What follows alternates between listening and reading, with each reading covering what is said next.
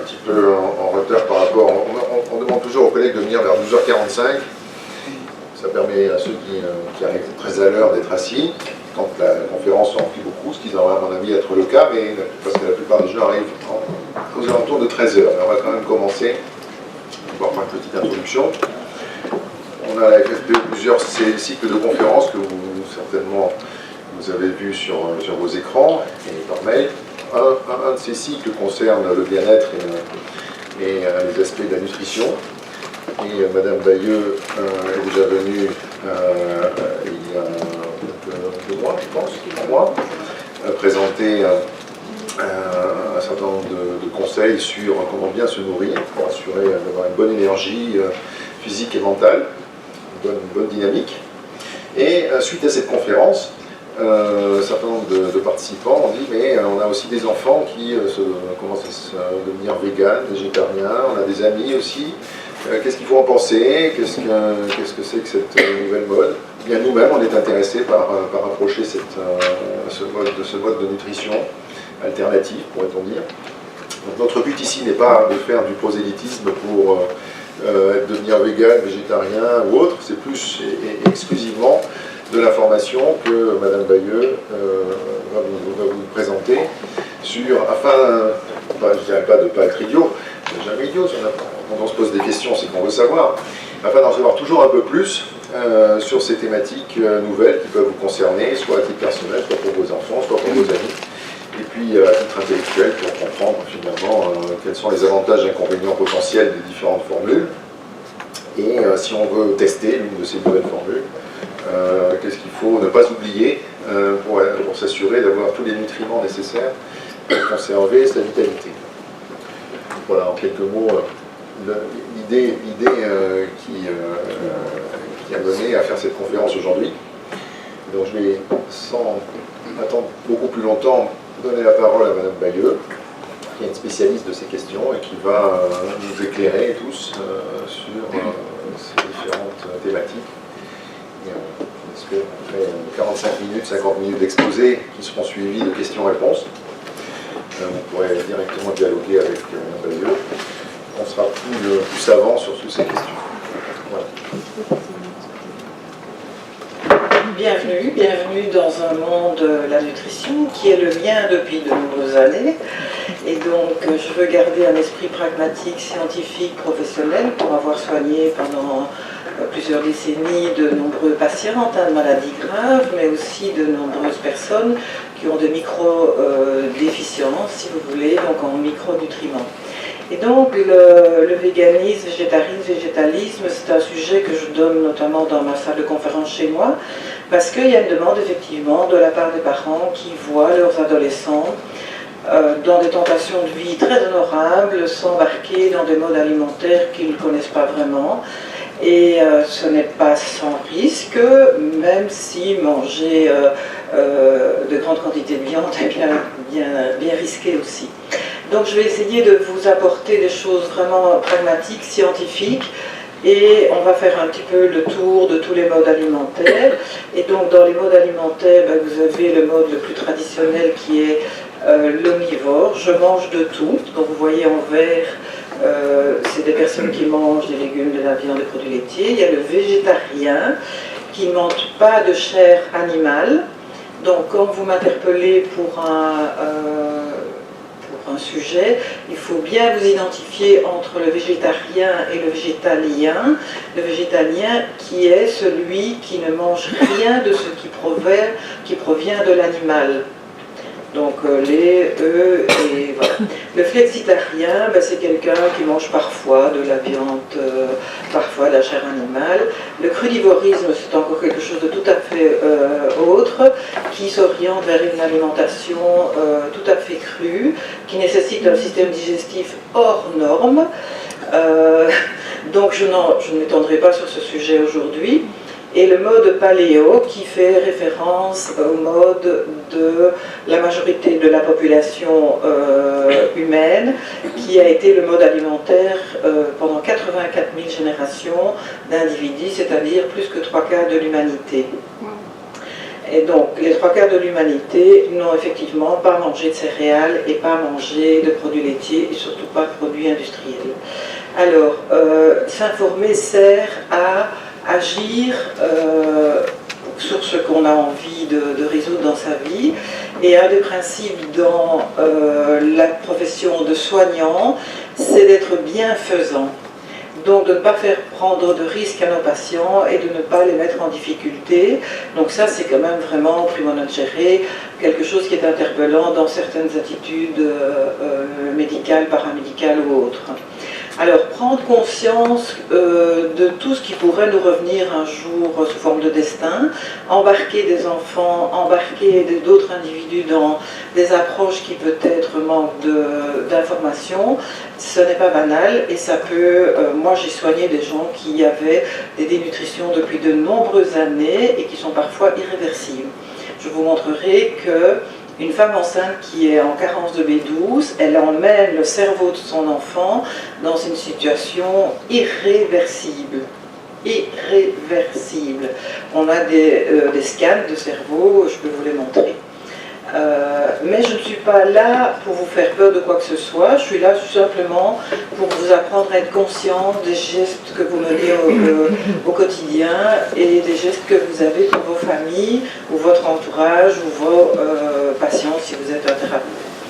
Donc le végétalien, c'est celui qui exclut tout ce qui est d'origine animale et le végétarien, il va garder les œufs et les produits laitiers.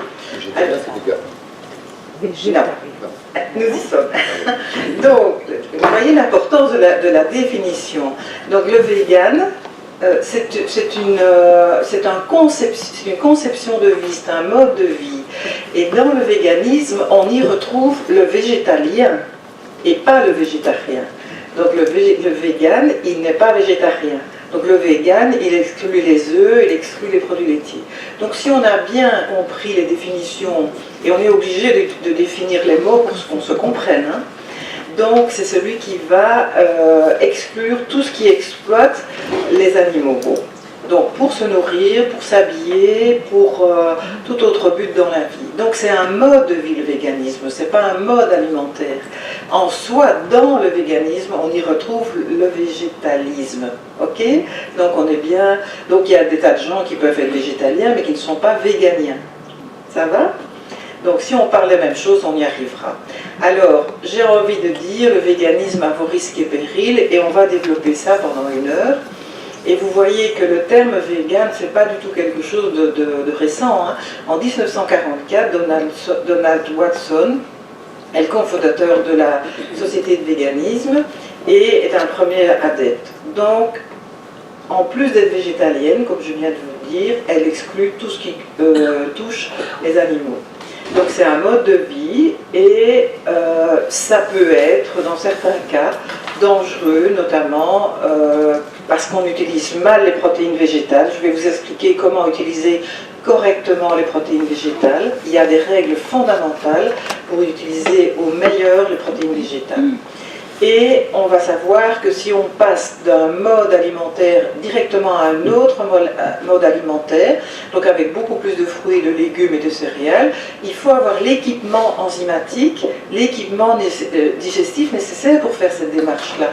Et ce que je vois, moi, dans ma pratique de professionnel de la santé, c'est qu'il y a des personnes qui n'ont pas l'équipement digestif pour faire face à ça. Et donc, ils se retrouvent avec des syndromes de côlon irritable qui veulent dire tout et rien, mais enfin, qui sont quand même un diagnostic qui est noté comme ça sur les protocoles de gastro-entérologues. Et donc, il faut s'assurer que vous ayez la capacité digestive de mener à bien cette approche. Alors, voilà. Donc, une personne végane, je vais vous dire, vous avez déjà pas de contact avec les mollusques, donc on ne va pas manger d'huîtres, on ne va pas manger... Alors, la population végétarienne en Europe, c'est assez désarçonnant de voir le végétarisme en Europe. Quand on voit que l'Italie, la Suède et le Royaume-Uni sont des pays... Or, il y a certainement des gens ici dans l'Assemblée qui viennent d'Italie et de Suède. Suède, oui. Royaume-Uni, ils sont encore là. Voilà, on voit que ces peuples ont été touchés peut-être plus vite par le véganisme. et le végétarisme.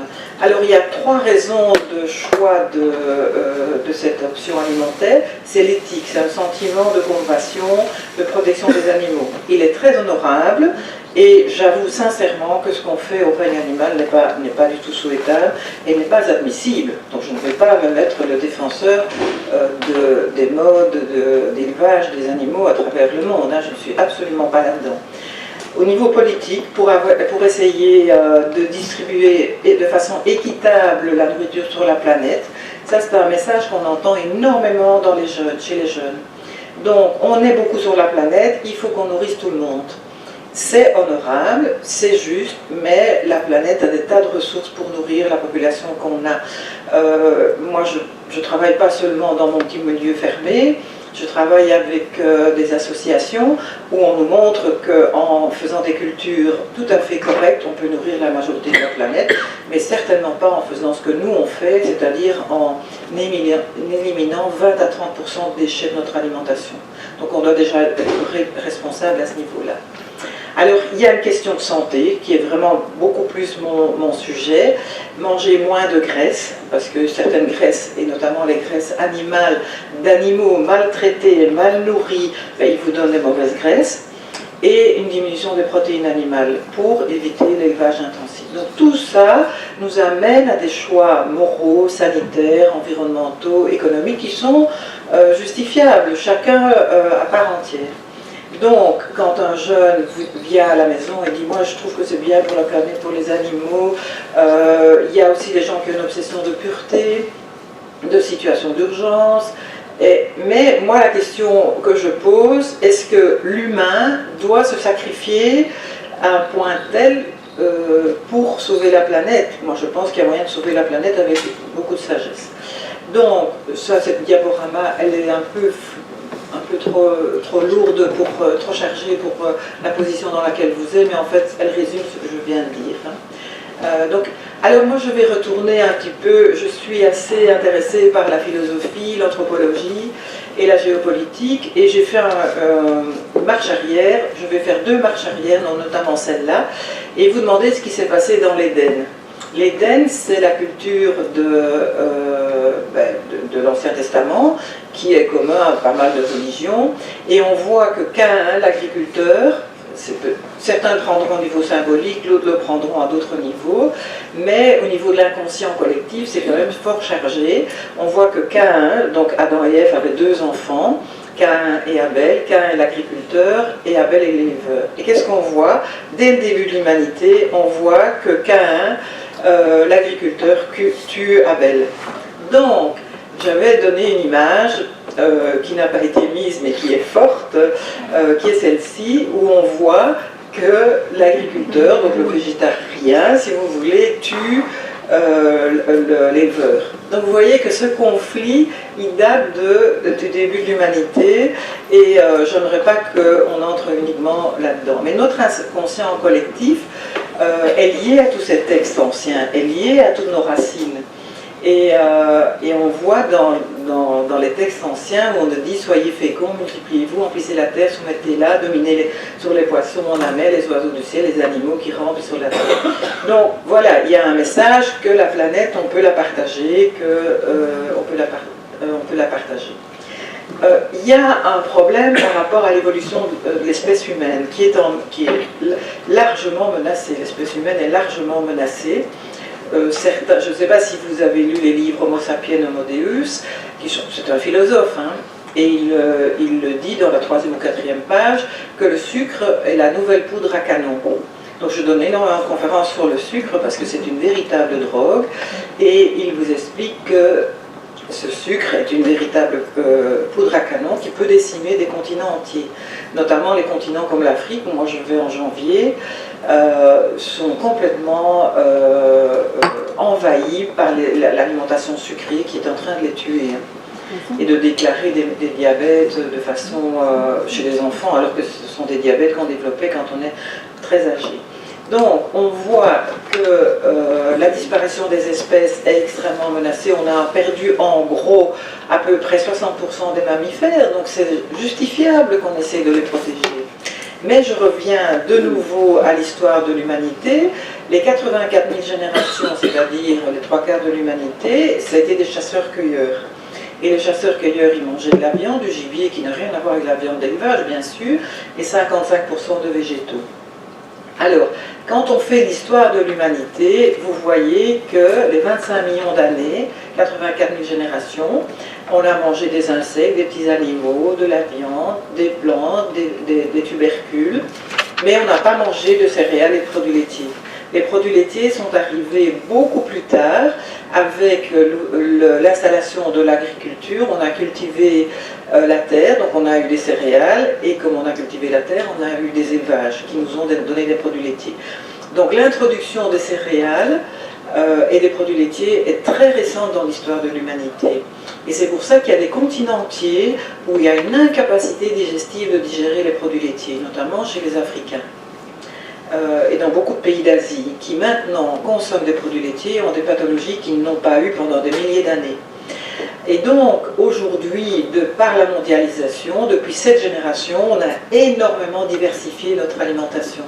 Et en diversifiant notre alimentation, on a introduit des aliments que notre histoire génétique ne connaît pas et qui nous mettent en difficulté, en grosse difficulté d'espérance de vie et de qualité. Donc en gros, on vit relativement longtemps dans nos sociétés, mais on vit de plus en plus longtemps malade. Et c'est cette problématique-là qui m'intéresse, moi, pour avoir travaillé sur 2 générations. Une génération en termes de santé, c'est 20 ans. Donc, dans l'équilibre du véganisme, on voit qu'on a 80% de glucides, d'hydrates de carbone, ce qui, pour moi, est beaucoup trop, puisqu'en ce sens que les glucides, puisqu'une céréale c'est un hydrate de carbone, nécessite l'utilisation de l'insuline. L'insuline est une hormone de croissance qui est extrêmement problématique dans notre mode de vie. On n'a que 10% de protéines, donc un manque de protéines, on devrait avoir assez, et dans cette évolution vers le végétarisme, souvent on manque de graisse. Donc la première chose que les patients me disent, oh, mais je suis content, mon cholestérol a diminué. Mais vous savez que le cholestérol, c'est une hormone extrêmement indispensable pour faire vos hormones. Donc, quelqu'un qui a 130 ou 140 de cholestérol, c'est mauvais, c'est dangereux. Donc, et on voit qu'il y a de plus en plus de sportifs qui deviennent véganes, et j'en suis, il y a des gens qui me demandent de l'aide, et je respecte le choix de chacun, eh bien, on est obligé de leur donner des poudres protéinées, faites à base de pois chiches ou de choses comme ça. Donc, on va voir d'abord en 3 étapes l'équilibre de cette alimentation-là, la valeur nutritionnelle des protéines qui est essentielle à comprendre, mais primordiale si vous embarquez dans ce chemin-là. On va voir la deuxième chose, la digestibilité des aliments. Je vous ai dit que nos tubes digestifs doivent s'adapter à des grandes quantités de fruits, de légumes, et les apports en micronutriments essentiels qui peuvent être déterminants sur l'installation de pathologies. Donc les protéines, ben, vous savez tous ce que c'est tiré, bon, voilà, c'est 50 à 70% des cellules animales, et il y a 2 origines de protéines, c'est les origines animales et les origines végétales. C'est tout l'enjeu du végétalisme.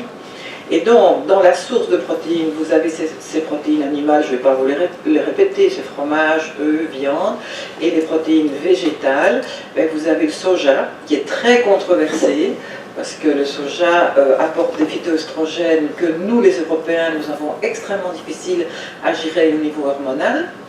Le soja, il est pratiquement tout d'origine transgénique, il participe à la déforestation. Donc, est-ce qu'il est éthique pour un végétalien ou un véganien qui veut être éthique? Ça me pose un gros problème. Alors, on a les pois chiches, les haricots secs, tout ça, on va revoir, le riz complet, on va voir... Alors, ici, vous avez une diaporama qui est aussi intéressante, de voir à travers le monde comment on consomme, quelles sont l'origine de nos protéines. Donc en vert, vous avez en principe les origines végétales, et vous voyez qu'il y a des continents qui consomment beaucoup plus de protéines d'origine végétale. C'est la tradition en Afrique, c'est la tradition en Amérique du Sud, d'avoir utilisé, parce que c'était des pays relativement pauvres, la protéine animale étant beaucoup plus coûteuse au niveau accessibilité, ben, on a mangé beaucoup de protéines végétales. Et vous allez voir que ces peuples avait une tradition d'utilisation des protéines végétales qui était basée sur une sagesse extraordinaire. Donc il faut aller rechercher, et c'est pour ça que dans les années 80, en visitant de nombreuses communautés végétaliennes, j'ai vu des horreurs terribles, dont notamment une qui a été très célèbre, que j'ai été visiter dans les années 80-82, qui a fini par tous ces suicides, donc vous connaissez bien le temple solaire. Donc moi j'étais entrée dans cette communauté-là pour aller faire une enquête au niveau des enfants, et j'ai vu que ces enfants étaient carencés. J'ai travaillé en pédiatrie, en neuropédiatrie, donc j'avais suffisamment d'éléments que pour estimer ça, et quelques années après, ils se sont suicidés. Parce que quand vous avez des carences en B12, vous êtes téléguidable. C'est-à-dire que vous manquez de sérotonine et vous êtes dans des tempéraments suicidaires. Donc c'est quand même très important l'implication. Je suis une passionnée de neurosciences et de neuronutrition, donc je me permets de parler de ça. Et c'est du vécu. Donc les protéines, c'est la seule fois où je parle de calories, c'est peu de calories les protéines, c'est 1 gramme 4 calories. Une graisse, c'est 1 gramme 9 calories. Une protéine, si vous voulez, c'est comme si je vous défais mon bracelet ici, et ça c'est une protéine. Donc c'est une chaîne de perles, et les perles vont s'appeler les acides aminés. Eh bien vous allez voir que quand moi j'avale ça, c'est absolument indigeste. Donc quand je vais avaler cette protéine, qui est une protéine de veau, de vache, d'œuf, de produits laitiers, je vais devoir la déstructurer et en refaire mes propres protéines. Et parce que si cette protéine elle passe à travers ma barrière intestinale, elle va déclencher ce qu'on appelle des allergies ou des intolérances. Donc le but de la digestion, c'est de transformer ce qui est l'autre en moi. Et à cette condition-là, je n'aurai pas d'intolérance ni d'allergie. Et donc la digestion va devoir être de qualité, avec un tube digestif entier, mastiqué, une bonne acidité au niveau de l'estomac. Or j'ai fait beaucoup d'enquêtes sur l'acidité de l'estomac, 60 à 80% des gens manquent d'acidité dans l'estomac, et notamment les végétaliens, parce qu'à force de ne plus manger de viande, on manque d'acidité, on ne sécrète plus assez d'acidité. Les protéines, c'est extrêmement important, ça permet tout le renouvellement des cellules. Ça permet de réparer tout ce que vous perdez parce que vous avez une cicatrice. Ça structure notre corps, c'est ce qui donne la forme de notre corps. C'est pas seulement l'os, et dans l'os il y a des protéines. D'ailleurs, l'ostéoporose n'arrive que quand on a un manque de protéines. Essentiellement, ça a un rôle fonctionnel, ça a un rôle énergétique, mais ça ne devrait normalement pas servir au niveau énergétique. Ce qui sert au niveau énergétique, c'est les hydrates de carbone, les sucres et les lipides. Donc ces protéines, ce sont ce qu'on appelle des éléments de construction, c'est un besoin vital dans le corps. Je me suis occupée pendant 20 ans de gériatrie. La première carence micronutritionnelle de la gériatrie, c'est la carence en protéines, qui fait que les personnes âgées perdent leurs muscles, perdent le calcium de l'os et font des fractures. Et ça, c'est le début de la décrépitude des personnes âgées. Donc ces rôles de protéines sont vraiment indispensables, donc on ne peut pas s'en passer. Et le végétalien, il va devoir user de beaucoup d'informations pour pouvoir couvrir ses besoins en protéines. Donc voilà. Alors, ça veut dire la même chose, c'est à peu près toujours le même diaporama. Alors, on vous dit ici la protéine globale, voilà. Elle va être déstructurée en... Si je prends un morceau du bracelet, j'aurai ce qu'on appelle un polypeptide, et si je prends la pelle, j'aurai un acide aminé. Et dans ces acides aminés, on introduit une notion qui est fondamentale à connaître, et qui est vraiment la base de toute la pratique de la nutrition, c'est la notion d'acide aminé essentiel et non essentiel. Quand on dit qu'un élément est essentiel, ça veut dire que l'organisme ne peut pas le fabriquer, que vous êtes dans l'incapacité de fabriquer cet élément. Et donc, dans ce bracelet, il y a des perles, au nombre de 8 ou de 10 selon qu'on est enfant ou adulte, il y a des perles que vous devez absolument avoir dans votre alimentation parce que votre corps ne pourra pas les fabriquer. Et que c'est primordial au niveau embryonnaire, donc au niveau de l'enfant. Et puis vous avez en dessous, vous voyez en dessous de là-bas, les non essentiels, et ceux-là en général, on peut les fabriquer à l'intérieur de notre corps. Mais ces acides aminés essentiels, ils vont être la base de ce qui va faire en sorte qu'on ait la construction de nos cellules.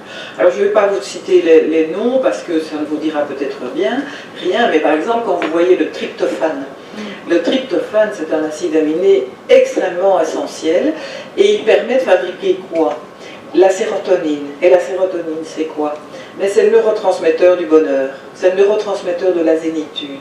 Quand j'ai suffisamment de sérotonine, je ne suis pas déprimée, je suis en forme, j'ai une mise à distance d'événements, donc... Ben voilà, donc c'est magnifique.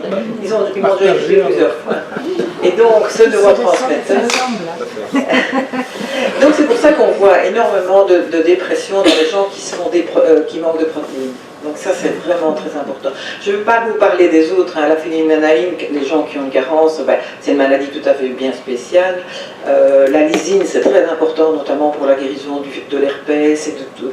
Donc ça c'est le job vraiment de quelqu'un.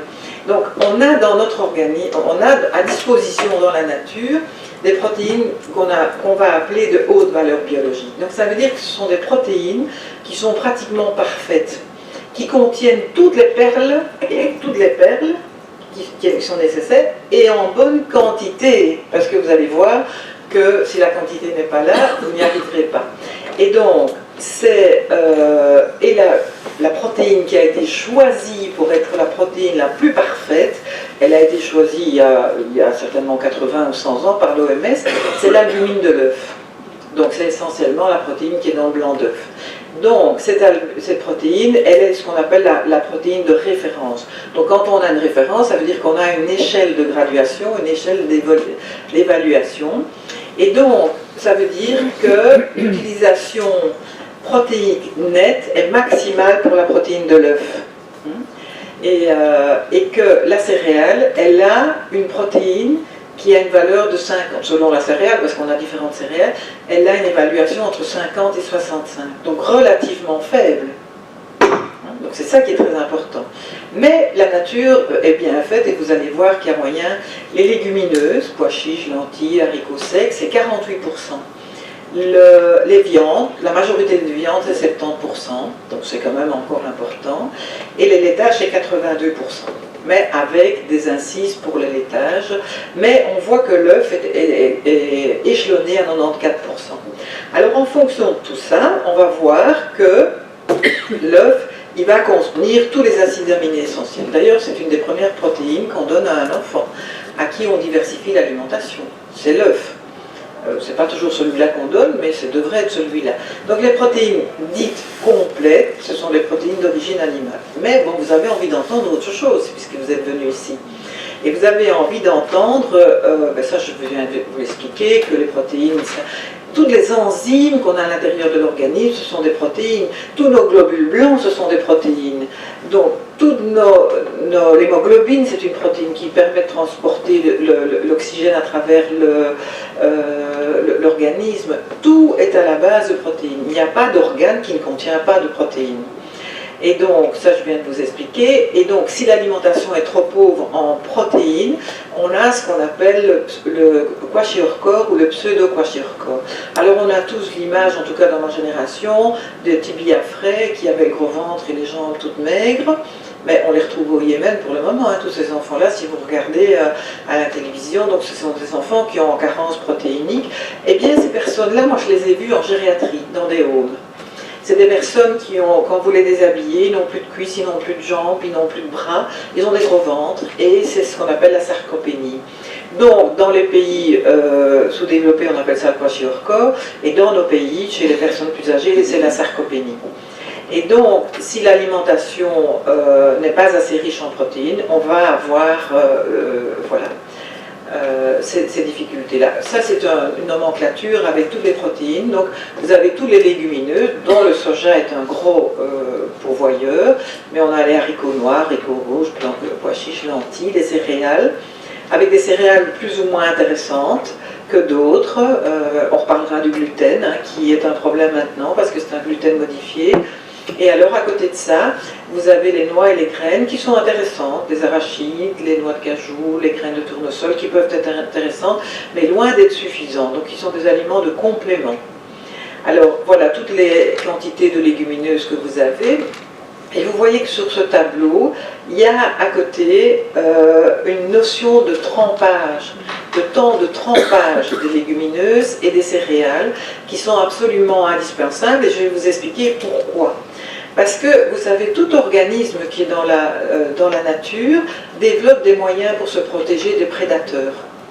L'homme se protège des prédateurs, les plantes se protègent des prédateurs, les animaux entre eux se protègent des prédateurs, et vous allez voir que les légumineuses ont développé, et les céréales aussi, ont développé des moyens pour se protéger des prédateurs. Les protéines sous forme de céréales, il y en a qu'on n'utilise jamais. Le kamut, peu de gens connaissent ça, c'est un des blés anciens. Le millet, ça on connaît un peu plus, la polenta, le quinoa qui a sauvé les Incas de l'extermination totale de leur civilisation, le riz, c'est quand même une céréale qui parcourt une grosse partie de la planète. Le problème de ces protéines végétales, c'est qu'elles vont être déficientes en certains ou certaines acides aminés essentiels.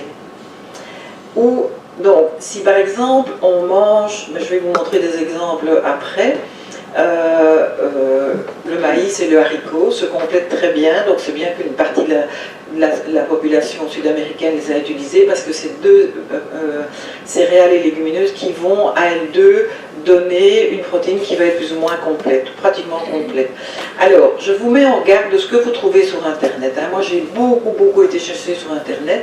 Et donc on trouve des tableaux où on vous dit que les plantes sont des protéines complètes. C'est totalement faux. Si vous voyez ça, c'est totalement faux. Parce que Internet est la meilleure des choses et c'est la pire des choses pour s'informer. Alors, d'ailleurs, ma collègue, docteur en biologie, qui était venue précédemment, elle m'a interpellée, parce que moi c'est un cours que je donne depuis longtemps, mais elle avait revu toutes les bibliographies. Elle me dit, mais ce qu'on trouve, on dit que les protéines végétales sont complètes, c'est pas vrai. Si on refait les aminogrammes, et ça c'est notre métier, moi j'ai travaillé en soins intensifs, pour nourrir des gens qui sont en soins intensifs, on doit avoir les aminogrammes, donc on a les quantités d'acides aminés essentiels, eh bien ce sont des tableaux qui sont faux, où on vous dit que le riz complet, il apporte toutes les protéines qu'il faut. C'est totalement faux. Et donc la protéine elle est complète que si elle a toutes ces perles que je vous ai montrées. Et donc les secrets de la complémentation qui sont connus depuis des millénaires et qui sont utilisés dans les plats traditionnels, c'est l'association riz-lentilles en Inde, c'est l'association du couscous et du pois chic en Afrique du Nord, du maïs et des haricots au Mexique. Les Américains ont plus utilisé les céréales et les produits laitiers, mais ce n'est pas un exemple vraiment à suivre. Et la polenta, qui est un ensemble de maïs et de pois secs. Et dans une certaine proportion. Donc il y avait une connaissance ancestrale de ce qu'il fallait faire. Donc je pense que c'est vraiment vers ça qu'il faut retourner si vous voulez être végétalien. Et on va voir comment ça fonctionne la complémentation. Donc je viens de vous le dire, c'est 8 acides aminés essentiels sur les 20 ou 23 selon la nomenclature. On doit les avoir en permanence et on doit consommer les céréales et les légumineuses simultanément dans des proportions requises au même repas. Ce qui n'est pas marqué sur Internet. Et donc j'ai été revoir plein de littérature, parce que ça fait quand même de nombreuses années que je donne ça, et il faut toujours pouvoir se remettre en question.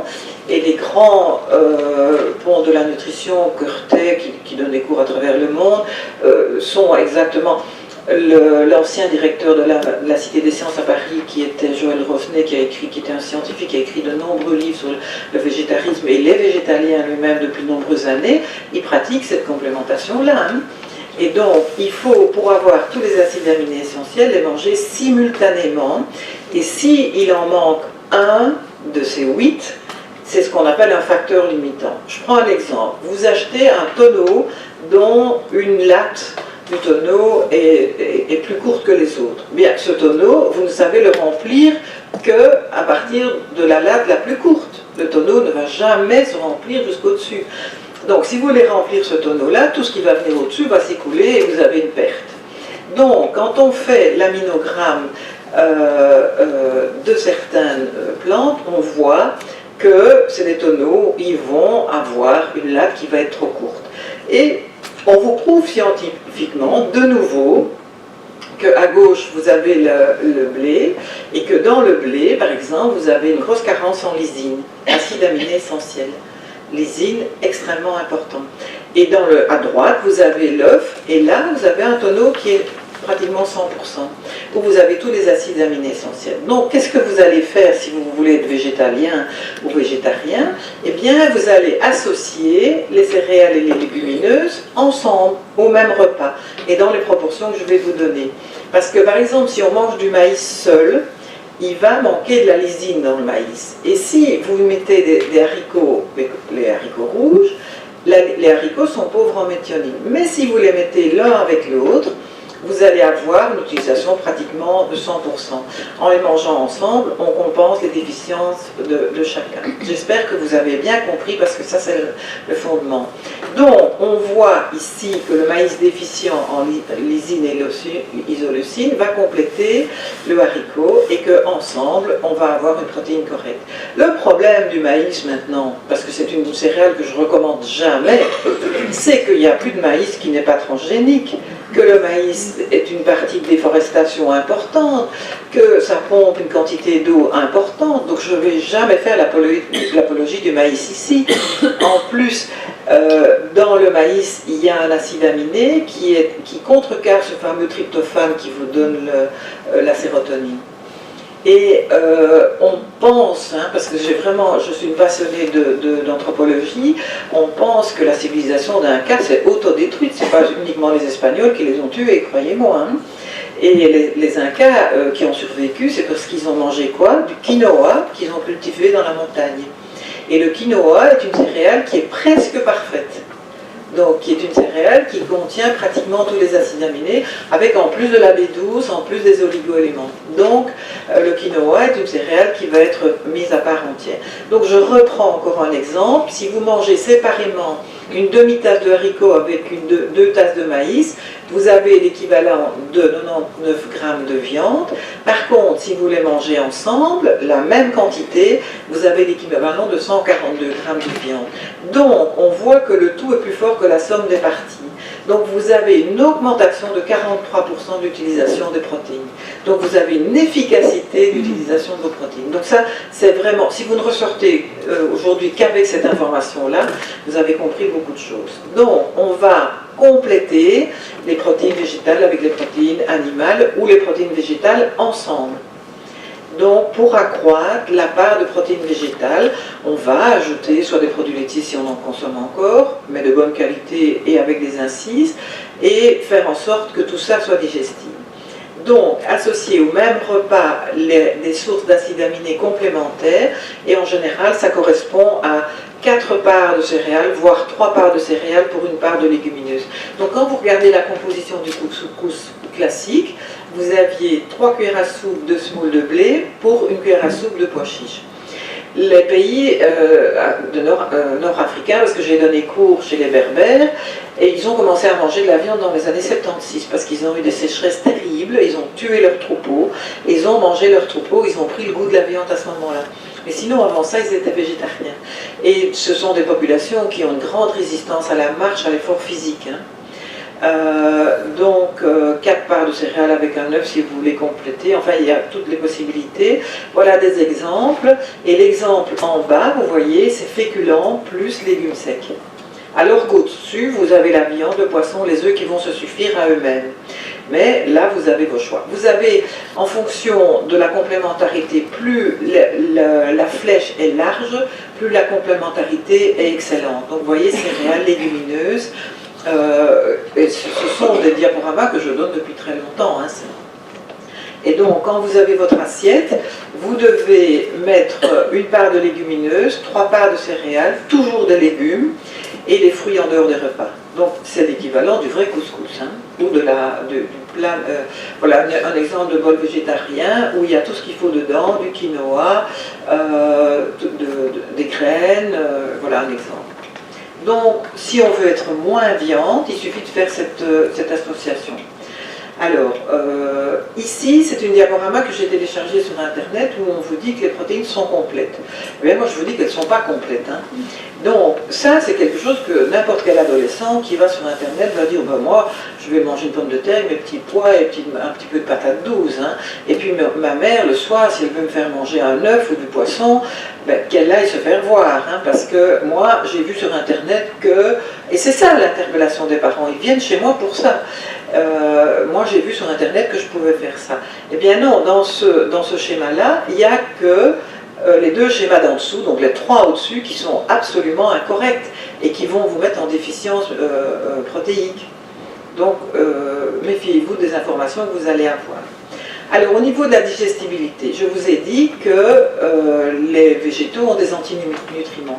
Mais nous, il faut d'abord qu'on ait un bon tube digestif, qu'on mastique suffisamment, qu'on ait tout le circuit alimentaire, puisque ce n'est pas une protéine qu'on va digérer, que c'est des perles qu'on va digérer. Et donc, la cuisson peut être un phénomène intéressant et souvent primordial, et la mastication aussi. Et on assimile des acides aminés, donc vous voyez les protéines, avec une bonne qualité enzymatique qui est nécessaire dans la bouche, dans l'estomac et dans l'intestin. Alors la graisse et les hydrates de carbone, on ne va pas trop en parler, et pour ça, les enzymes qu'on va devoir mobiliser sont extrêmement importantes. Et comme par hasard, ces enzymes, ce sont des protéines, puisque les enzymes qui vont nous aider à digérer et à réduire ces protéines en acides aminés qui vont passer à travers la barrière intestinale et qui vont permettre que les protéines qu'on va manger ont perdu l'identité génétique du veau, de la vache, du cochon ou de la céréale et vont pouvoir être assimilées sans mettre notre système immunitaire en difficulté. Ça va ? Donc, on va voir le problème de la digestion des céréales, c'est qu'en général, il y a trop d'amidon, voire de sucre, et que ces sucres créent un véritable pique-nique pour nos bactéries dans l'intestin, et que l'on voit des gens qui développent vraiment des flores de fermentation importantes, qui peuvent vous mettre dans l'inconfort. Donc il faut y aller progressivement. Cette fermentation peut entraîner une réponse inflammatoire que nous on identifie en utilisant des paramètres sanguins comme la zonuline, la calprotectine, et on voit qu'il y a des substances qui s'accrochent aux parois intestinales et qui empêchent la bonne utilisation de l'intestin. Et on voit qu'il y a des civilisations qui ont été des civilisations où la culture du blé et du seigle était dominante, et on voit que ces civilisations ont développé beaucoup plus de sclérose en plaques ou d'arthrite rhumatoïde. Donc moi je soigne par exemple des polyarthrites rhumatoïdes, eh bien on fait sans gluten et sans produits laitiers. Et les gens s'améliorent rapidement, ils n'ont plus besoin de cortisone. Donc ça vaut quand même la peine de réfléchir à ce vers quoi on s'engage, chacun en fonction de ce qu'on est. Pour augmenter l'absorption des aliments et diminuer la fermentation et l'inflammation, on va voir que tous ces antinutriments, je ne vais pas vous parler de chacun parce que sinon on est encore là à 16 heures, je vais vous parler des principaux qui sont des facteurs qui se mettent sur le chemin des prédateurs évidemment pour les empêcher. Et l'essentiel antinutriment qu'on a, c'est les phytates, qu'on trouve dans les noix, les légumineuses, les sérénales, qui est ce mécanisme de défense contre le végétal. Et en fait, ces phytates, ils empêchent l'accès aux minéraux qu'il y a éventuellement dans les céréales et légumineuses. Or, ces minéraux, ils sont absolument indispensables pour nos os, nos dents, nos cheveux, pour essentiellement tout ce qui est osseux. Et il faudra tremper les graines pour désactiver ces phytates ou éventuellement avoir recours à la fermentation lactique. Il n'y a jamais eu autant de cholangita depuis qu'on mange du pain complet. Parce que ce pain complet, il contient l'enveloppe du blé, et cette enveloppe du blé, elle contient les phytates. Par contre, si on fait ce pain complet au levain, de par la fermentation lactique lente, donc d'une nuit, ces phytates vont disparaître et le pain au levain complet va être parfaitement digestible, alors qu'un pain complet à la levure ne va pas être digeste et va vous irriter votre intestin. Donc voilà, et donc c'est comme ça que l'on a remarqué, on a tous été visiter des châteaux forts, il y en a suffisamment de l'état du Moyen-Âge, où on voyait qu'ils avaient des lits d'1,60 m, on se disait mais enfin comment ils entraient dans ces lits, ils ne seraient jamais entrés. Eh bien c'est parce que c'était une civilisation qui était basée sur les céréales et les produits laitiers. On a eu des civilisations avec des populations beaucoup plus grandes en taille avant le mode agraire. Donc c'est essentiellement donc les gens qui consomment beaucoup de produits laitiers et surtout de céréales sont de plus petite taille. Et donc on va essayer de manger des graines germées éventuellement aussi. La germination de la graine enlève une partie des phytates, des antinutriments, ce pain au levain. Et donc, si on n'a pas enlevé ces phytates, eh bien, on ne va pas avoir accès au zinc qui est dans ces légumes et ces légumineuses et ces céréales. Et le zinc, c'est l'antioxydant le plus manquant dans les cas de cancer. Je n'ai jamais vu un cancer qui avait un taux de zinc qui est bon. Bon, j'en soigne pas mal, hein. Et notamment aussi la vitamine D, vous allez voir, on va en parler. Donc c'est pour ça qu'il faut utiliser la technique du trempage pour garder vos os. Donc il faut, pour éviter que vous manquiez de calcium, parce que dans l'amande il y a du calcium, dans certaines céréales légumineuses il y a du calcium, mais si les phytates sont là, vous n'allez pas utiliser ce calcium. Et donc, il va falloir, pour protéger vos os, faire tremper. On a d'autres antinutriments aussi, qui est notamment l'acide oxalique. Et les gens qui font des crises de gouttes, ou les gens qui font des calculs rénaux, connaissent très très bien l'acide oxalique, et on leur dit d'enlever certains aliments, hein. Donc, les bonnes céréales, ce sont des céréales qui vont être germées. Et là, je fais appel à une préparation très ancestrale qui était le pain essénien. Le pain essénien qui a été fait il y a plus de 2000 ans par ces populations juives qui faisaient germer le grain, qui cuisaient ce pain sur la pierre, donc pas de four important. Et ce pain essénien, eh bien, il a l'intégralité de la graine avec toutes les vitamines, puisque ça n'est pas cuit à haute température, mais il va être digeste, il va être particulièrement digeste. Moi, ça m'arrive de donner du pain essénien à des gens qui ont des maladies Crohn ou des colites recto-ulcéro-hémorragiques, des gens qui sont extrêmement sensibles. Alors, on revient au véganisme. Alors, le véganisme, je vous ai bien dit que c'était un mode de vie de végétalien, mais moi, ce qui me heurte profondément dans le véganisme, c'est ça. C'est ces aliments ultra transformés. Alors, ne me dites pas que vous faites du bien en mangeant ces aliments-là. Ne me dites pas que vous préservez la planète en ayant des emballages, des suremballages avec ces aliments-là. Je suis vraiment heurtée. Si vous entrez dans les magasins véganes, c'est ça. Et ça, c'est pas défendable. Alors, soyez vegan jusqu'au bout, en préservant la planète de vos déchets. Et donc, les faux aliments ont colonisé à peu près 50% de nos supermarchés. Et ces faux aliments, ben, vous voyez bien ce que c'est, hein, c'est un aliment ultra transformé, qui n'a plus pour moi rien à voir avec un aliment. Donc c'est pour moi un produit, c'est pas un aliment. Et là, on voit que ça fait partie de notre quotidien. Au lieu de manger un légume complet, on va manger une soupe en sachet. Au lieu de manger un fruit complet, on va manger un jus de fruits. Et ça, c'est pas défendable. Il faut retourner aux matières premières. On voit que l'effet des aliments ultra transformés sur la santé, il est incontestable.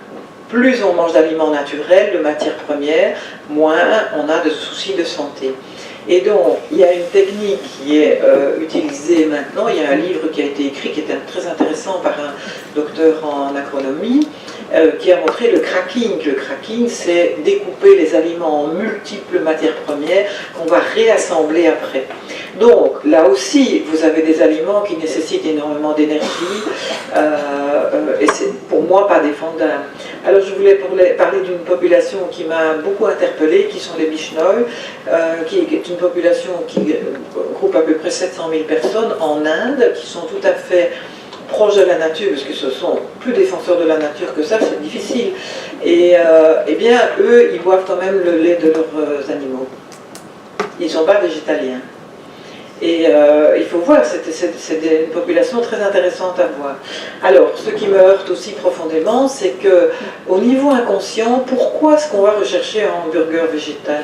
Pourquoi est-ce qu'on va rechercher un fromage? C'est parce qu'on n'a pas fait le deuil de son steak, de sa viande et de son fromage. Donc vous voyez bien que la force du subconscient est importante, et le marketing le sait. Ce marketing, il l'exploite à votre dépens. Et là, moi j'ai fait une recherche un peu sur, je n'ai pas eu le temps de faire tous les, mais sur ce fameux fromage, puisque maintenant, il y a beaucoup de nomenclatures qui vont devoir changer, puisque la Commission européenne ne veut plus qu'on appelle le steak végétal. On va devoir trouver d'autres mots, puisque steak, c'est la référence quand même à l'animal. Eh bien, dans ce fromage, on met des carragénanes, qui sont des algues, qui sont réputée cancéreuse, puisqu'on a fait des essais cliniques sur les rats, et elle développe des intolérances au sucre, donc des prédiabètes, des ulcères et des tumeurs à l'intestin. Et on vous vend ça pour que l'humanité aille mieux. Alors moi je suis vraiment un peu interpellée. Donc le véganisme, pour moi, c'est une fabrication d'aliments. Ce n'est plus un aliment. Et on utilise des substances qui ne sont pas intéressantes. Le soja, c'est un déchet industriel. Le soja nécessite vraiment l'apparition de toxines pour le nettoyer. Et en plus, comme il a mauvais goût, on y rajoute des édulcorants, énormément d'édulcorants. Donc les aliments végans, pour moi, ce n'est pas les aliments d'une culture, c'est des aliments fabriqués. Donc les garden burgers et tout ça, pour moi, ne sont pas défendables. Donc, soyez végétalien si vous le voulez, prenez des aliments, des matières premières, soyez végétarien si vous le voulez, en étant informé, mais prenez des bonnes matières premières et ne faites pas le lobby de toute cette poignée de compagnies agroalimentaires qui ne sont pas ceux qui assurent le bien-être de la planète. Hein. Si je suis enceinte, il faut vraiment faire très attention. C'est la période la plus fragile cette période embryonnaire est la plus fragile aux toxicités.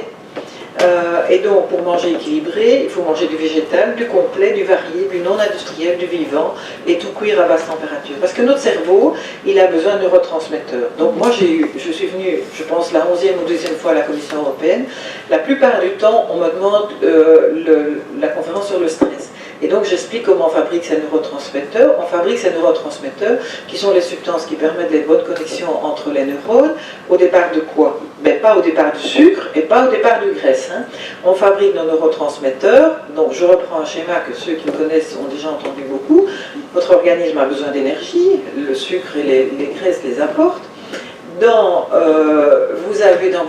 Si je compare votre organisme à une voiture, vous avez une clé de contact, c'est la dopamine, c'est le neurotransmetteur qui fait que vous vous levez tôt tous les matins, que vous avez envie de travailler, que vous avez un nouveau projet. L'accélération, c'est la noradrénaline, c'est ce qui fait que vous arrivez à terminer votre journée en travaillant. Et puis, comme toute voiture, vous devez la rentrer au garage et vous avez un frein qui est la sérotonine qui va vous calmer le soir, qui va vous permettre d'être gentil avec madame et avec les enfants, qui va vous permettre de sécréter la mélatonine et de vous endormir correctement le soir. Eh bien, ces neurotransmetteurs, il n'y a pas photo, ils sont fabriqués où et par quoi? Ils sont fabriqués par les protéines qu'on mange le matin et ils sont fabriqués dans votre intestin. Donc, une alimentation qui est carencée en protéines, qui ne contient pas tous les acides aminés essentiels, vous mettra en difficulté émotionnelle et en difficulté de stress. Mais voilà, et quand on manque de sérotonine, on recherche l'alcool, le tabac, les drogues, et vos enfants chercheront ça. Ils chercheront ça. Et quand on voit l'importance des neurotransmetteurs, je suis dans les temps? Voilà. Quand on voit l'importance des neurotransmetteurs, on retrouve tous les troubles attentionnels des enfants. Donc les enfants hyperactifs, les enfants qui ont des troubles de l'attention et les enfants qui sont agressifs. Mais c'est valable pour les adultes, hein, parce que je pense que la violence, elle monte de plus en plus dans la rue, dans les maisons, dans les foyers, dans toutes les civilisations. Moi, je suis effrayée. C'est pour ça que le philosophe qui a écrit Homo Deus, il vous dit que le sucre, c'est la nouvelle poudre à canon. Ça va mettre le feu aux poudres à travers la planète. Or, quand vous êtes végétalien, vous mangez 80% d'hydrates de carbone qui vont se transformer en sucre.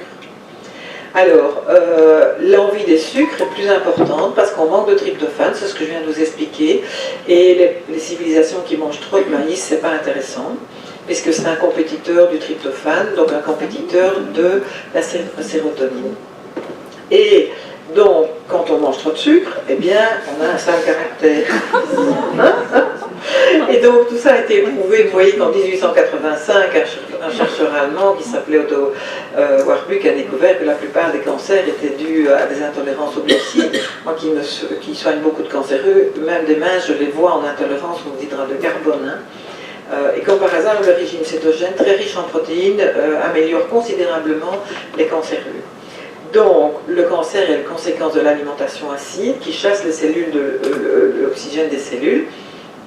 Et Ernest Freud, pas Sigmund Freud, il ne faut pas confondre, disait que l'augmentation du glucose dans le sang augmente l'apparition de cancer. Tout cela est prouvé scientifiquement, parce que sinon, moi, on ne m'inviterait plus, ça ne tiendrait pas la route. Hein. Alors, comme on n'a pas du tout, on a beaucoup moins de graisse dans les régimes végétaliens, sauf si on rajoute des bonnes huiles, il y a des gens qui sont sensibles à ça, on va fabriquer beaucoup moins de cholestérol, ce qui peut être intéressant en un premier temps, puisque si vous avez un cholestérol très élevé, il va s'améliorer, mais à long terme, ce cholestérol bas va provoquer des troubles de l'humeur, voire des suicides. Donc les patients qui ont des cholestérols totaux en dessous de 140, méfiez-vous, hein, parce que ce cholestérol, il permet de fabriquer vos hormones, mâles ou féminines, puisque c'est le générateur de la prénolone, qui est l'hormone commune aux hommes et aux femmes. Donc il faudra respecter l'équilibre des protéines pour avoir suffisamment de micronutriments essentiels. Ces micronutriments essentiels, c'est de nouveau la même définition, c'est que je ne peux pas les synthétiser, je dois les avoir à l'extérieur. Et donc, on voit qu'il faut avoir recours à des protéines variées, un apport suffisant de calcium, un apport suffisant en fer et en zinc, un apport suffisant en vitamine B9, qui est l'acide folique, surtout chez les femmes enceintes, puisque la carence en acide folique et en B12 ne permet pas la fabrication du tube neuronal de l'enfant, si on est en carence. Et donc, il n'est pas possible à un végétarien de se procurer suffisamment de B12 par l'alimentation, sauf si il est végétarien et qu'il va commencer à manger des œufs et des produits laitiers. Les végétaliens et les véganes doivent faire appel à des suppléments de B12. Il ne faut pas donner n'importe quel B12 et il faut faire des analyses bien particulières ou des aliments enrichis en B12. Donc on trouve maintenant dans les aliments ultra transformés véganes des ajouts de B12. Mais souvent c'est de la mauvaise B12, je vais vous montrer laquelle. Donc la plupart des micronutriments introuvables dans les végétaux, c'est la B12, la vitamine D qui agit sur 223 gènes, pour ceux qui sont venus à la dernière réunion, le DHA qui est l'oméga 3, le fer et la carnosine. Alors, la vitamine A, c'est une vitamine qui ne se trouve que dans les graisses, et essentiellement dans les graisses végétales. Vous avez, animales, dans le végétal, vous avez le bêta-carotène, qui nécessite une bonne fonction enzymatique pour le transformer en vitamine A. Et si vous avez une fermentation dans l'intestin, ce bêta-carotène ne se transformera jamais en vitamine A. Donc, il faut aller vérifier la carence en vitamine A, avoir une digestion correcte. La B12, je pourrais vous en parler pendant des heures. On en retrouve dans certaines algues japonaises qui s'appellent les nori, qui sont faites à partir de soja fermenté aussi. Mais c'est une vitamine B12 qui n'est pas très utilisable. Et donc, il faut que les végétaliens, et vos enfants surtout, doivent avoir un complément de B12 en gélule ou à sucer, parce que la meilleure utilisation c'est la B12 à sucer, qui va être résorbée au niveau sublingual, et c'est une méthylcobalamine. Si vous voyez cyanocobalamin, c'est une vitamine B12 qui n'est pas intéressante, qui est voire neurotoxique. Donc cette vitamine B12, essentielle, en carence fréquente, et les symptômes de la carence en B12, c'est fatigue, vertige. Et donc tous les parents qui viennent me voir, d'enfants qui deviennent véganes, ils me disent ils sont fatigués, ils dorment tout le week-end, ils restent dans leur lit, ils ne se lèvent pas avant midi. Vous direz qu'il y en a d'autres qui ne se lèvent pas avant midi dans les non-végétaliens. Mais bon, voilà. Le cerveau fonctionne au ralenti. Donc, quand vous êtes en plein cursus universitaire, moi j'ai vu, je travaillais 15 ans sur le site à Louvain-la-Neuve, j'habite juste à côté, des étudiants qui s'abîment en 3 ou 4 ans d'université parce qu'ils ne s'alimentent pas correctement. Ils sortent du réseau familiaux, ils ne s'alimentent pas correctement. Des problèmes psychiatriques, des dépressions, des liens possibles ont été faits avec la maladie d'Alzheimer, avec les maladies de cœur, et le spina bifida, donc pour les enfants, pour les fœtus mis au monde. Et donc là, on vous montre que les dommages neurologiques persistants induits par une carence en B12 dans les premiers mois de la vie. Donc c'est un bébé qui a souffert, bébé de 14 mois, qui a souffert d'une carence sévère en B12 et par l'alimentation végétalienne de sa maman. Et on a rectifié, donc on est arrivé à remonter sa vitamine B12 en lui en donnant, mais néanmoins le développement cognitif et du langage sont restés sérieusement retardés à l'âge de 2 ans. Donc il ne faut pas jouer avec ça. Il ne faut absolument pas jouer avec ça. Et un des tests, hein, c'est marrant parce que j'ai donné cours à des professionnels de la santé et les médecins ne savaient pas ça. Donc quand vous faites tirer la langue à certaines personnes, notamment aux enfants qui sont en carence en B12, ils vous sortent un beefsteak tout rouge. Hein. Donc la langue toute rouge, un peu crevassée et gonflée, c'est vraiment une des carences en B12. Mais on le trouve chez l'adulte aussi. Hein. Et on voit plus de maladies mentales dues à la carence en B12, une diminution de la taille, de la croissance. Et là, on a ici des physioscans, des scans cérébraux d'enfants végétaliens, végétariens. C'est pour ça que moi, dans les années 80, je suis allée visiter ces communautés végétaliennes depuis l'enfance. Hein. Parce qu'un adulte qui commence le végétalisme à 40 ans, il a tout un bagage derrière lui sur lequel il peut vivre, sur lequel il peut s'appuyer. Mais l'enfant n'a pas cette possibilité-là. Donc on voit qu'il y a des différences au niveau des cerveaux. Alors, la vitamine B12 nécessite un estomac qui fonctionne correctement. C'est pour ça qu'il vaut mieux la prendre sous la langue. La vitamine D3, c'est la vitamine D, parce que je pense que vous regardez votre heure, ça va? Pour qu'on puisse avoir un dialogue avec la salle. J'ai encore 5 minutes 5-10 minutes maximum. Voilà, maximum, je pense que je vais y arriver. La vitamine D, pas seulement pour l'ostéoporose, mais la vitamine D, c'est un anti-cancer, c'est un anti-insuline, un antidiabétique, c'est une vitamine déterminante. Ici, vous devez tous en prendre tous les jours. Personne ne doit rester sans vitamine D. Alors le problème, c'est que souvent d'origine animale, mais maintenant on fait des vitamines D d'origine soit de lichen ou de la laine de mouton. Donc on lave la laine de mouton, donc on ne tue pas le mouton, et on a une vitamine D qui est sur la laine de mouton pour les véganes. Moi je suis confrontée régulièrement à des gens qui me demandent, c'est pour ça que j'ai fait des recherches qui ne sont pas faciles. Les oméga 3, c'est essentiellement des huiles de poisson que les véganes ne mangent pas, que les végétaliens ne mangent pas. Alors là, éventuellement, on peut faire recours à des microalgues aussi dans des sociétés qui ont développé, parce qu'il y a un potentiel, hein, il y a un achat possible. Le fer aussi, puisqu'on sait que c'est la viande qui a le facteur fer, et que la plus grosse carence en fer, c'est chez les végétaliens. Et donc là, ici, éventuellement donné sous forme d'oligo-éléments. La carnosine, qui est un manque, parce que c'est un acide aminé qui n'est donné que par la viande. Et par exemple, les sportifs qui sont végétaliens, je dois toujours les compléter en carnosine, sinon ils n'arrivent pas à faire de la masse musculaire. Donc, le zinc aussi est en carence, je vous l'ai dit.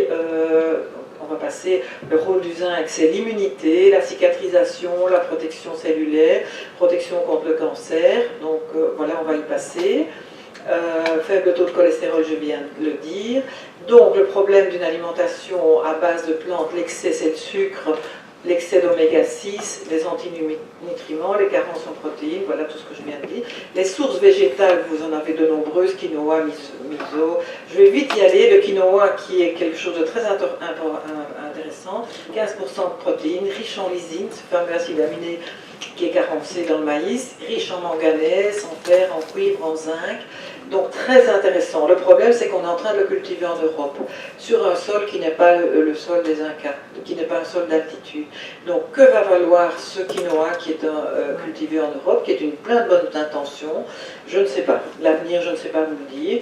Le miso, qui est un soja fermenté, quelque chose qui peut être intéressant, parce que vous savez que les pays asiatiques, ils ne consomment absolument pas le soja comme nous, ils ne consomment du soja que fermenté, qui perd sa capacité d'antinutriments. Mais nous, le problème, c'est qu'on veut manger du tofu, qui est un lait caillé, donc qui est une forme de fromage blanc de soja. Le seitan, ça c'est vraiment quelque chose qu'il faut exclure de votre alimentation. C'est très riche en protéines, mais ce n'est que du gluten. Ce n'est que du gluten de blé qui va vous mettre en difficulté au niveau digestif. Le seitan, donc, voilà, le tempeh, ça ressemble beaucoup au seitan. C'est des graines de soja fermentées, donc ça peut être utilisable. Mais le soja contient beaucoup d'antinutriments qui seront éliminés si on le fermente. Et ils peuvent agir sur la testostérone des hommes, hein, messieurs, et ils peuvent bloquer les récepteurs oestrogènes chez les femmes. Donc se méfier de l'utilisation abondante de soja. Le soja non fermenté est toxique. Est-ce qu'on va aller vers une civilisation où on mangera des insectes? Ça, je ne sais pas. C'est possible, mais je pense qu'il y a des barrages sains qui sont faits notamment par la Commission pour ne pas laisser entrer n'importe quels insectes parce qu'ils peuvent faire entrer d'autres choses. Donc je pense que ça demande beaucoup de prudence, voilà. Donc, je pense que je vais dire que les principales erreurs, c'est des végétaliens, c'est un manque d'information, c'est miser sur une démarche philosophique essentiellement et pas scientifique. Il y a trop de céréales, trop de produits laitiers avec des carences. Je pense que je vais en rester là. J'ai encore des diaporamas, mais je ne vais pas... je vais vous laisser la parole, hein, c'est ça qui est important. On va d'abord vous remercier.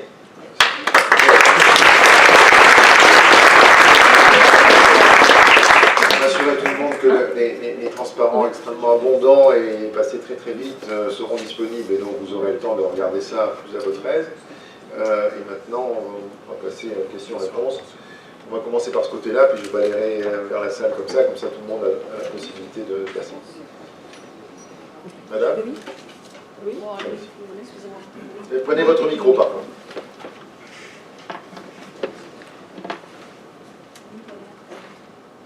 Je voulais vous demander pour la vitamine D3, sous quelle forme vous conseillez? Alors cette question-là, je l'ai tout le temps.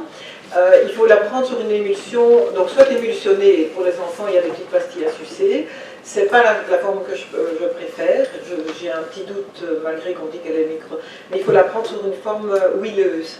Donc il y a plein de firmes qui font des petits flacons avec des vitamines D de 2 à 3 000 unités en forme huileuse qui sont très bien tolérées.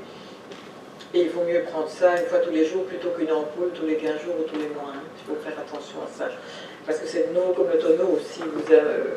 Si moi je veux mettre 1 litre d'eau là-dedans, je vais gaspiller les 3/4 de l'eau. Donc il faut prendre la vitamine D tous les jours. Sous forme huileuse et tout. Pour huileuse et tous les jours une petite ampoule. Oui. Non, une petite, des petites gouttes. Des petites gouttes. Les gélules, il y en a qui existent en gélules. Ok. Oui. Allez-y. Oui. Concernant le cholestérol, à un moment donné, vous avez dit que quand on était vers 130, 140, c'était pas bon. Et puis après, vous avez dit si on est inférieur à 140, c'est pas bon non plus. Donc, je n'ai pas compris quel était le seuil idéal.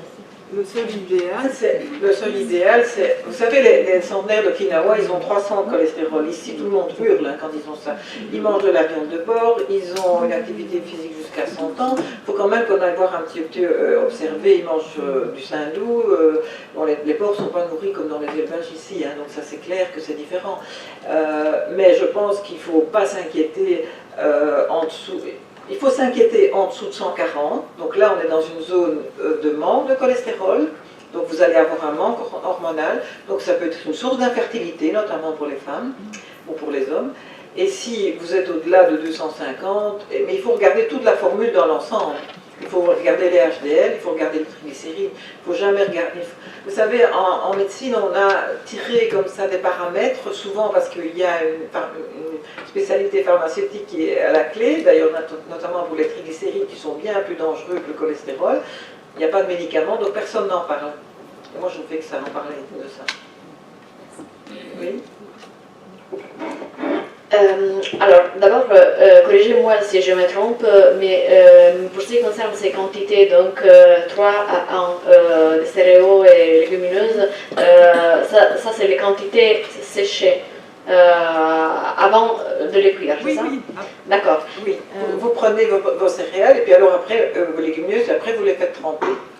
Oui. Donc vous devez voir le volume que vous allez manger. Hein. Et il faut les cuire beaucoup, c'est ça? Il faut les faire tremper, germer éventuellement, et les cuire à basse température, puisqu'à haute température, vous détruisez énormément de choses. D'ailleurs, les civilisations qui utilisaient ces plats, ils cuisinaient pendant des heures. Hein. Ils mettaient ça en route le matin sur des feux de bois pendant des heures. Évidemment, nous, dans notre mode de vie, vous imaginez ce que ça représente. Mais donc, vous faites tremper la veille, et puis quand vous rentrez, vous cuisinez. Vous faites les devoirs avec les enfants, vous faites tout ce que vous prenez votre bain, votre douche, et puis c'est cuit. Hein. Donc il y a moyen, bon, il y a des choses qui sont un peu plus longues à cuire. D'accord. Et, désolée, une autre question. Oui. Il y avait une image où on mélangeait 2 céréaux ou 2 protéines plus l'un de l'autre groupe. Mais je sais qu'il ne faut pas mélanger 2 types de protéines ou 2 types de céréaux, non? Non, je serais moins exigeante que ça. Si vous mettez 2 céréales, c'est pas grave. du moment que vous mettez une légumineuse avec. Mais franchement, ça ne serait pas grave, non. Et combien de fois par jour ou par semaine il faut manger cette combinaison?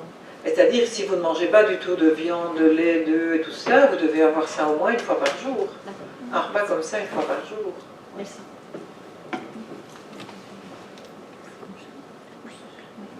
Oui, bonjour. Si j'ai bien compris, maintenant, enfin, une partie de ce que vous avez dit, c'est que les dits fruits secs ou les fruits dits secs ne peuvent pas être consommés tels quels, et donc les noix, noisettes, etc., pour être réellement digestes, etc., doivent être trempés. Oui, vous avez raison. Et on se surprend souvent à ne pas du tout les faire tremper. Si vous achetez les amandes nettoyées, évidemment, c'est plus grave. Vous ne devez pas les tremper. Mais l'idéal, c'est de les faire tremper. D'ailleurs, moi, je fais régulièrement... Pour du lait de noix de cajou, du lait d'amande, je les fais tremper une matinée, puis je fais le lait de... et vous ne devez même plus le passer après. On a un lait excellent. Hein. Et combien de temps, en fait, pour que ce soit réellement digeste? Oh, certainement 1 heure à 2 heures. L'idéal... L'idéal, moi je dis toujours aux personnes, vous les trempez le matin, vous les avez le soir pour consommer, vous les trempez le soir, vous les avez le matin. C'est la question, puis ensuite on continue par là. Oui, est-ce que finalement manger des œufs, ça peut compenser le fait d'être végétarien si on mange des œufs? Oui, globalement, on peut vraiment s'en sortir avec des œufs, parce que vous avez de la B12, vous avez du fer, vous avez les bonnes graisses, du moment que ce sont des œufs de poules qui ont mangé correctement. Ce sont des poules qui ont mangé du maïs, ils ont beaucoup trop d'oméga 6, donc pas assez d'oméga 3, et là, vous n'êtes pas dans quelque chose qui est intéressant, mais sans problème. Moi, j'ai des patients que j'arrive à équilibrer, parce que bon, je veux respecter chacun, et qu'on arrive à équilibrer rien qu'avec les œufs. Combien est-ce qu'on peut en manger des œufs? On peut manger 2 œufs tous les jours, hein, aucun problème, hein, aucun problème.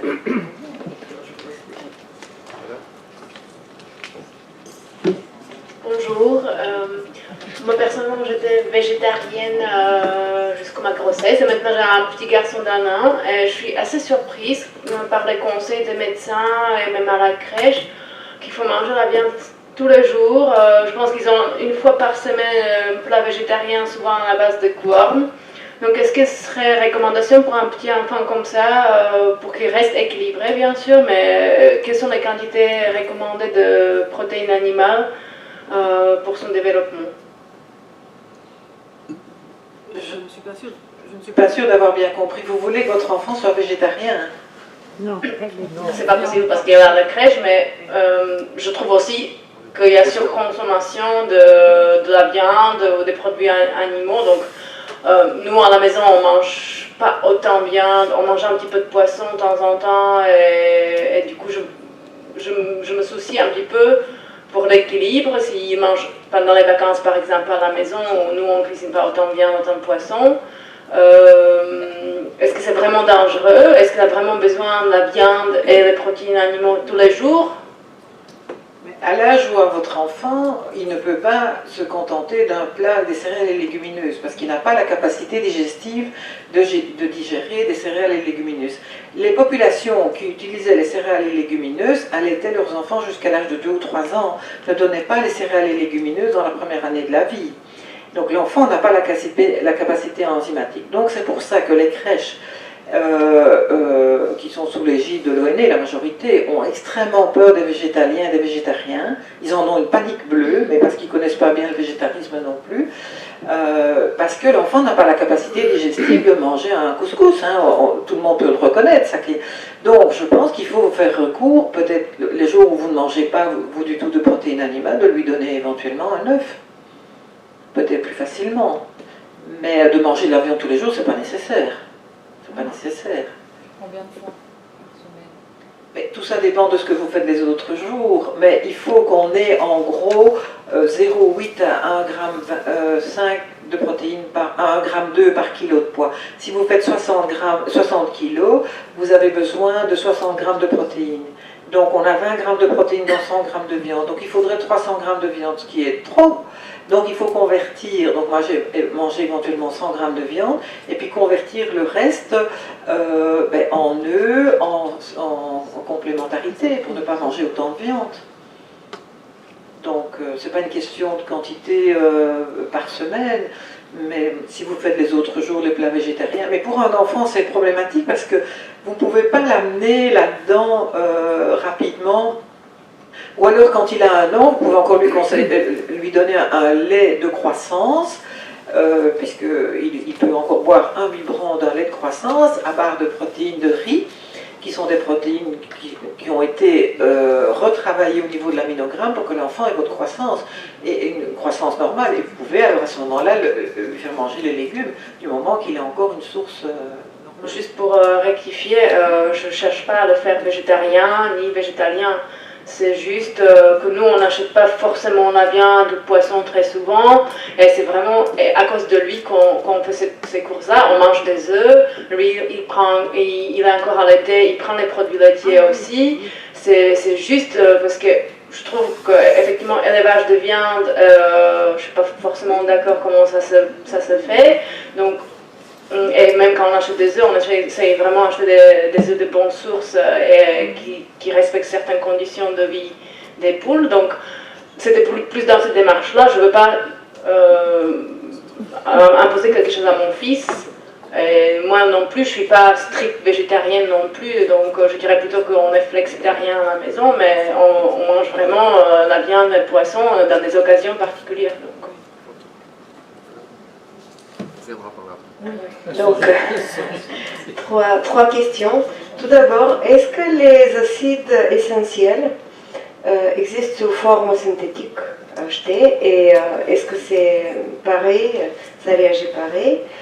La deuxième, c'est par rapport à la spiruline en tant que source de protéines. Et ensuite, vous avez mentionné les pois secs.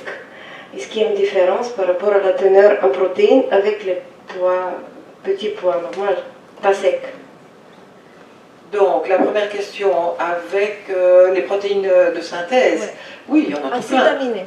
Des acides aminés, donc c'est des protéines de synthèse. Donc, moi, j'ai travaillé 5 ans dans la recherche clinique pour ces produits-là. On sait faire tout ce que vous voulez, hein, parce que sinon, on ne guérirait pas tous les gens qui sont en réanimation, en soins intensifs, à qui on donne ça, soit par voie entérale ou parentérale. Donc moi, ça m'arrive régulièrement de donner des compléments sous forme de protéines de riz qui ont été corrigées, donc qui ont tous les acides aminés essentiels. Donc on sait refaire un aminogramme complet. Donc ce sont des produits, c'est pas dans la nature. Non, mais ça existe en commerce complet tous les 8 ans. Bien sûr, moi, ça fait partie de mon travail, ça. La deuxième chose, moi je n'aime pas trop la spiruline, j'aime mieux le clamate, qui est une algue qui est récoltée en hauteur sur un lac de l'Oregon. J'espère qu'on en aura encore quelques années, parce qu'elle n'est pas du tout en contact avec les eaux de la mer, donc la pollution est totalement différente, et cette clamate est vraiment intéressante. Donc chez les végétaliens enfants, c'est une très bonne chose à donner dans les biberons des enfants, ou même chez les enfants, et chez les personnes très âgées. Donc moi je prescris ça souvent. Et la troisième chose, attendez... les petits pois, ça n'a rien à voir, les pois secs et les petits pois, c'est deux choses différentes. Hein. Oui, c'est pas la même variété. Hein. Oui, voilà. Donc c'est le pois sec, le pois chiche, quoi. Les gens là-bas sont frustrés. Voilà. Bonjour. En fait, j'ai une question plus générale. Si on fait cette combinaison que vous conseillez de 4 parts de céréales pour une part de légumes, 3-1, pardon, est-ce que là, on est une fois par jour, on est certain de ne pas développer de carence en vitamine B12, de fer, acides aminés, ou même pas? Et alors, est-ce que du coup, en fait, il vaut mieux suivre un régime plutôt flexitarien avec quand même un peu de poisson et des œufs, parce que je vous entendais aussi parler des oméga 3, il me semble, qui sont vraiment dans les poissons, dans les poissons gras. Donc vous n'avez pas du tout la B12 dans la complémentarité des protéines. Ah, voilà. Vous n'avez pas la B12, vous n'avez pas beaucoup de zinc, vous n'avez pas d'oméga 3. Donc le végétarien, comme le végétalien, est confronté à ces carences de micronutriments que vous devez prendre en supplément. Donc il faut vous faire doser, éventuellement faire des analyses de sang pointues, ce que peu de médecins savent faire, parce que c'est une spécialité particulière, et puis éventuellement rectifier. Je ne vous conseille pas de prendre n'importe quoi, n'importe comment. Et du coup, le régime flexitarien, est quelque chose de plutôt positif, parce que là, justement, on peut pallier à ces carences. Parce que, enfin, moi j'ai juste un problème avec la viande rouge, en fait, surtout, et de plus en plus également avec les poissons, enfin, mais c'est plus par rapport à la manière dont cuit, je sais pas, je trouve pas le mot en français. Cultivé. Cultivé, voilà, merci. Et voilà, de là ma question, je suis un peu perdue en fait par rapport à l'alimentation, justement, à cause de tout ça. Mais on est tous un peu perdus, parce que, attendez, quand vous devenez végétarien ou végétarien, les céréales, c'est les aliments les plus pollués. Faut pas vous faire d'illusions, c'est les aliments les plus pollués, et surtout quand vous les mangez entiers, puisque l'enveloppe de la céréale, il a ramassé tous les pesticides et les fongicides. Alors, il y avait quelque chose que je m'étais promis de ne jamais dire ici, mais il faut voir qui est derrière le marketing du véganisme. Moi, je peux vous le dire, je n'ai pas envie de le dire ici. Voilà. Mais là, on a quand même le bio. On a quand même le bio. Maintenant, c'est devenu un B, un X. On a quand même le bio, là, pour les céréales. J'espère bien, justement. Bonjour, je voudrais me renseigner votre avis sur les produits comme le kombucha ou le kéfir à l'eau et l'impact sur les maladies comme le diabète. Le kombucha ou le kéfir, pour le diabète, oui, tout ce qui influence le bon ensemencement de la flore intestinale est bon pour toutes les pathologies, dont notamment le diabète. Mais il y a des kombucha ou des kéfirs qui sont trop sucrés pour moi. Donc, mais pour la reconstitution de la flore intestinale, qui est la base de la santé, oui, à 100%. Comment savoir dans ce cas quel est trop de sucré, il n'y a pas assez de sucre? Parce que je commence à faire le kombucha chez moi, mais il faut savoir à quel moment est-ce que le légume va réagir. Parce que si je ne mets pas assez de sucre dedans, évidemment, le légume ne va pas réagir comme il faut. Oui, donc vous avez la réponse. Il faut mettre quand même assez bien de sucre. Oui. Donc moi je ne suis pas trop preneuse. Moi je ne le fais pas parce que je viens de passer l'été là où il y avait des amis qui buvaient ça tous les jours. Pour moi c'est une boisson trop sucrée. C'est déjà trop sucré pour moi. Certains vont trouver ça peu sucré. Le sucre c'est une vraie aliénation. Oui. Oui, bonjour, c'est le tofu fermenté. Est-ce que vous recommandez manger ça? Non? Question par ici. De façon exceptionnelle pour un plat que vous aimez. Vous pouvez mettre un peu de soja soyeux, des choses comme ça, de temps en temps, mais pas en faire un aliment de base.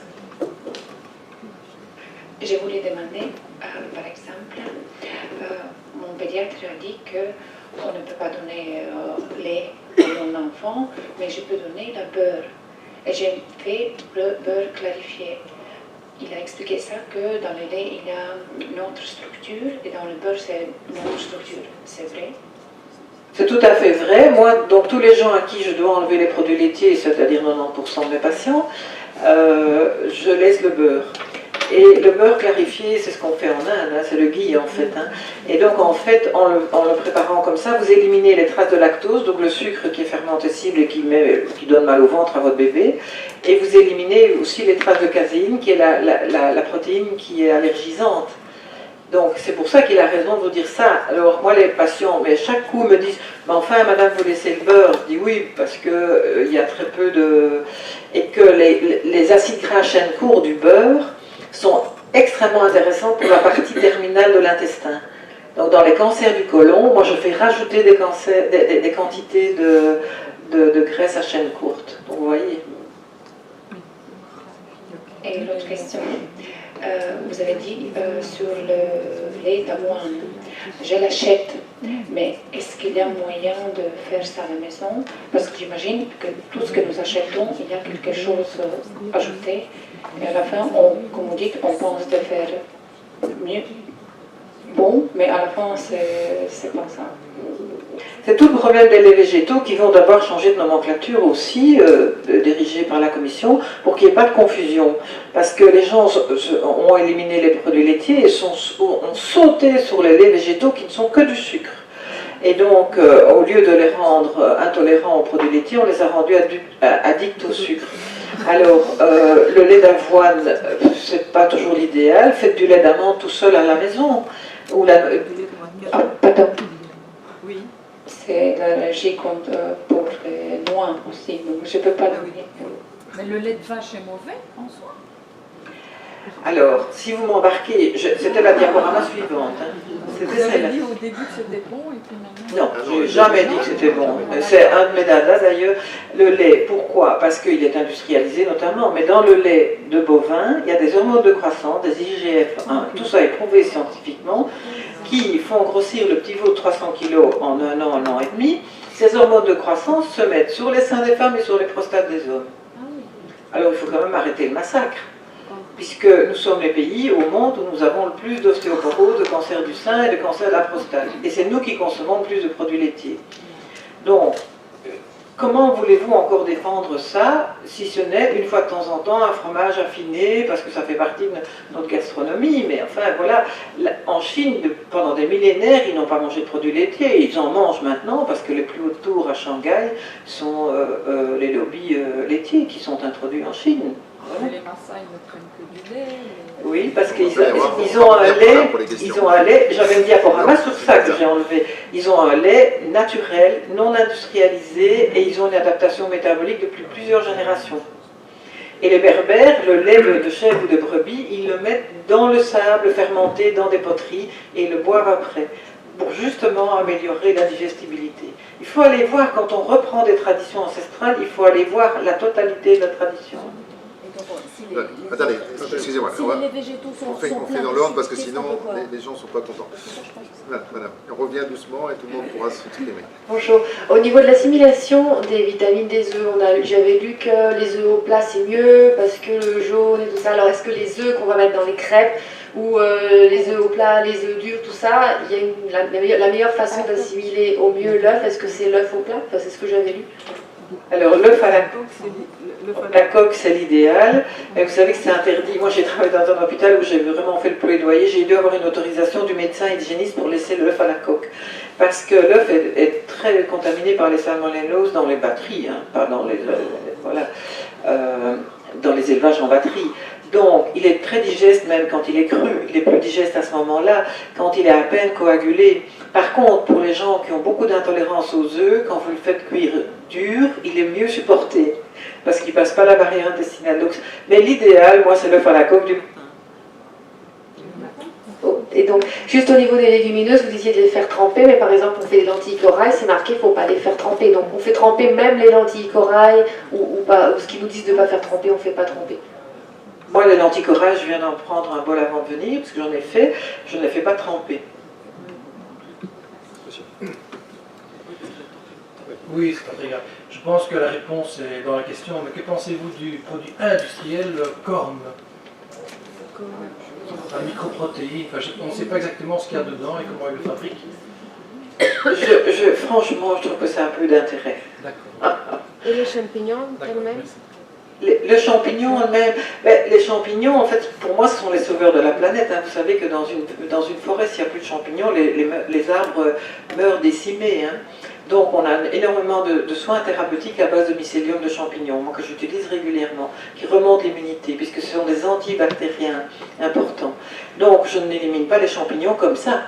Je trouve que ça n'a pas un intérêt terrible, mais les champignons, les mycéliums de champignons, il y a toute une thérapie qui est connue ancestralement en Asie, qu'on refait maintenant en France. Il y a un spécialiste en France pour ça. Donatini? Oui. Et lentilles vertes, on les trempe? Lentilles vertes? Oui, il faut les tremper. Oui. On n'a pas beaucoup abordé les fruits. Et en général, dans les régimes végétaliens et végétariens, il y a énormément de fruits et vous avez parlé de la problématique des sucres. Donc voilà, je voulais votre avis là-dessus. Alors, les fruits, c'est du fructose. C'est un fructose qui a une très mauvaise destination puisque c'est le fructose qui augmente les triglycérides dans votre foie. Quand on augmente les triglycérides dans le foie, ça donne la maladie, le NASH syndrome, donc la maladie du foie gras, qu'on a appelée aussi la maladie du soda. Alors, manger 1 ou 2 fruits par jour, ça ne pose pas de problème.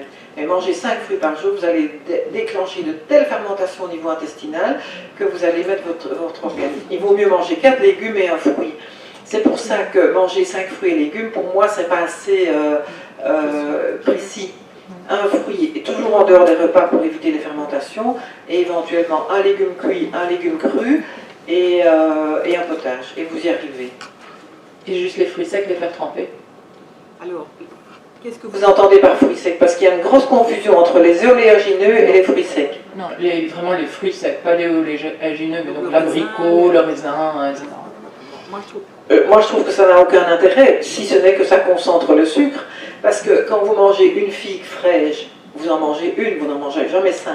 Par contre, quand elles sont séchées, vous en mangez 4 sans problème. C'est la même chose avec les dattes. Et je peux vous dire que par expérience, je suis complètement effrayée. C'est pour ça que je vais en Afrique, au Togo, en janvier.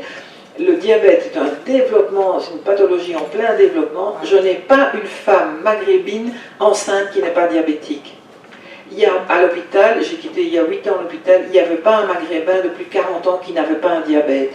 Et pas dans le service de médecine interne, dans le service d'orthopédie.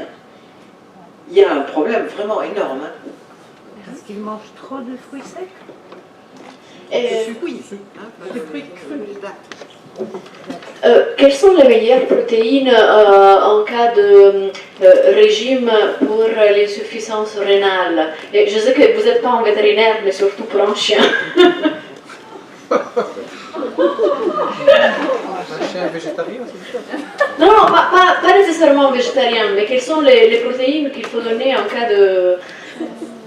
Si vous préférez pour les humains, mais... C'est une colle, hein. Mais quand on a une insuffisance rénale, souvent c'est parce qu'il y a eu des atteintes des néphrons, du rein, dû à soit des médicaments, soit... C'est pour la leishmaniose en ce cas-là. C'est pour la leishmania dans ce cas-là. Mais oui. Non, là franchement ça sort de ma Oui, mais normalement pour les humaines, vous donnerez quoi comme protéines pour un régime rénal? Ah mais on donne de toutes les protéines, seulement on vérifie la quantité qu'on donne. On donne de toutes les protéines. Un insuffisant rénal, on peut lui donner un œuf, on peut lui donner de la viande, mais on va calculer un apport en fonction de son seuil rénal. Mais on ne va jamais le mettre sans protéines totalement, puisque ça l'amène vraiment à un état de dégradation important. Ça, on ne va jamais faire. Merci. Oui. Attendez. Donc deux choses, si j'ai bien compris quand même, l'idéal c'est de manger de la viande tous les jours, donc j'ai pas compris. Et deuxièmement, que pensez-vous du moringa, si vous connaissez l'Afrique, que l'on donne souvent à la place de la spiruline aussi, qui a différents composants. C'est vrai que je suis en train de faire des recherches parce que je ne peux pas encore me prononcer au niveau du moringa, je dois regarder, mais on ne doit pas manger de la viande tous les jours. Non, ça j'ai pas dit ça. On a autre chose, on a le poisson, on a les œufs, on a... Non, moi je ne mange pas de la viande tous les jours. Oui, mais alors soit poisson, soit... Ah oui, il faut y mettre des œufs. Oui. Et si vous faites un jour par semaine sans viande, rien que des potages et des légumes, ça vous fera le plus grand bien. Un jour par semaine, ça vous fera le plus grand bien. Oui. Donc, oui, madame. Je voulais demander, est-ce que le lait de brebis et de chèvre est moins mauvais, on va dire, que le lait de vache et les fromages, évidemment? Mais il n'y a pas les hormones de croissance, puisque ce sont des petits bovins, des petits ovidés, en fait, qui n'ont pas autant d'hormones de croissance. Ce sont en principe des élevages qui sont beaucoup moins pollués que le reste. Donc, quand moi, les gens vont bien, je laisse une fois ou deux par semaine un fromage de chèvre ou de brebis, bien affiné, et parce que dans le lait de brebis, vous avez autant de lactose, ce fameux sucre qui fermente dans l'intestin, donc ça, il est à teneur égale. Hein. Mais il semblerait qu'il soit plus digeste que le lactose dans le lait de vache, non? Il faut savoir qu'après l'âge de 3 ans, pratiquement aucun Européen, et surtout les Africains, n'ont la capacité, n'ont la lactase suffisante que pour continuer à digérer le lait. Donc c'est pour ça qu'on va digérer beaucoup mieux un lait battu, un kéfir, qu'on va digérer beaucoup mieux un lait qui a été fermenté, plutôt qu'un lait en boîte. Hein, voilà. Et tous ces produits sans lactose, le lait sans lactose, le fromage sans lactose. C'est du pur commercial parce que quand on a une intolérance au lactose, c'est-à-dire qu'on n'a pas les enzymes pour digérer, ça veut dire qu'on a un intestin en mauvais état et donc que les protéines de lait ne sont pas souhaitables. Donc moi je pense qu'il faut manger le moins possible d'aliments qui ont été craqués. Vous avez compris? Il faut reprendre les aliments dans leur entièreté. On a fait une erreur énorme en enlevant les graisses, donc on a manqué de vitamine A, on a manqué de vitamine D, puisque ce sont des graisses qui sont, des vitamines qui sont dans les graisses. On a manipulé les aliments, c'est pas possible, il faut sortir de ça. Moi je travaille depuis 45 ans, c'est une évolution insupportable. Il faut retourner aux matières premières.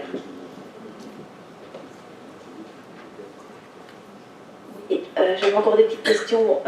Les laits végétaux, en fait, il n'y en a aucun sur le marché qui serait bien, qu'on peut acheter, ou bien vous conseillez vraiment qu'on le fait nous-mêmes, et comment est-ce qu'on peut faire simplement et rapidement un lait végétal?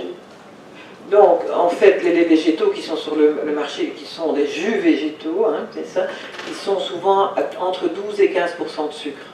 Donc c'est l'équivalent d'un petit jus de fruits que vous donnez à vos enfants pour l'école, c'est pas souhaitable. Et vous entretenez l'addiction. Alors le faire soi-même, c'est très facile. Vous prenez, si vous avez un bon mixeur, là, un bon blender, moi j'ai une Vitamix qui pulse à une puissance très forte, vous mettez de l'amande dedans, vous mettez de la noix de cajou, vous mettez, et vous avez un lait délicieux. La semaine dernière j'ai donné cours, j'avais 25 personnes, je leur ai donné chacun un petit verre, et tout le monde a trouvé ça très bon. J'avais fait un lait de cajou, de noix de cajou, c'est délicieux. Oui, donc on fait amande, noix de cajou et un peu d'eau et c'est tout.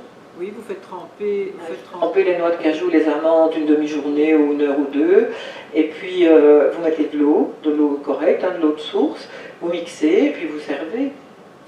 Ah, et quelle est la quantité plus ou moins des amandes, noix de cajou Une poignée de noix de cajou pour 1 litre d'eau, et vous avez un lait délicieux.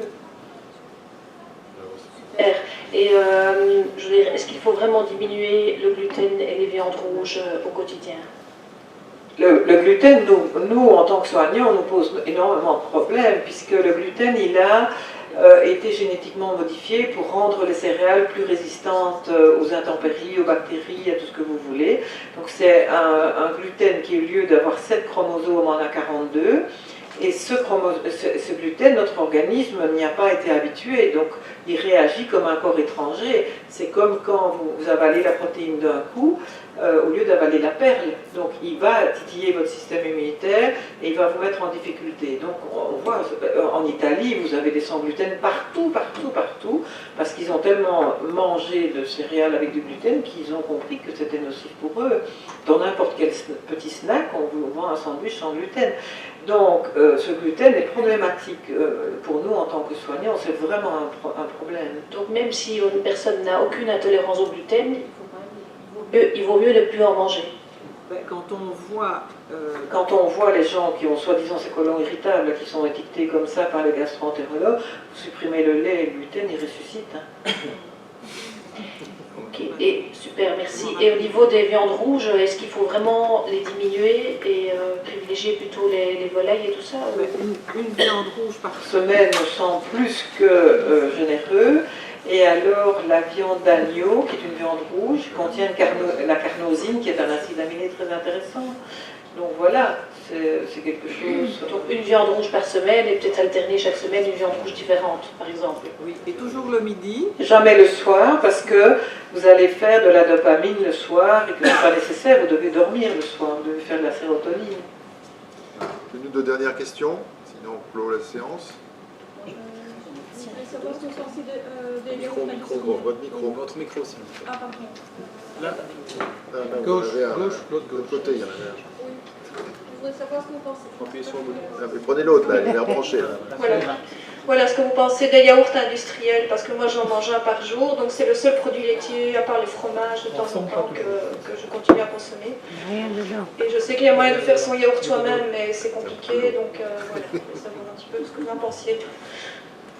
grand-chose de bien. Enfants, pas toujours. Donc, si c'est un vrai yaourt, parce que la plupart des yaourts qu'on vous vend sont des laits fermentés, donc ce ne sont pas des yaourts. Et puis, je vous dis, il faut sortir de l'industrialisation. Vous savez, c'est pas le marketing qui va changer le monde, c'est le citoyen qui consomme qui va changer le monde.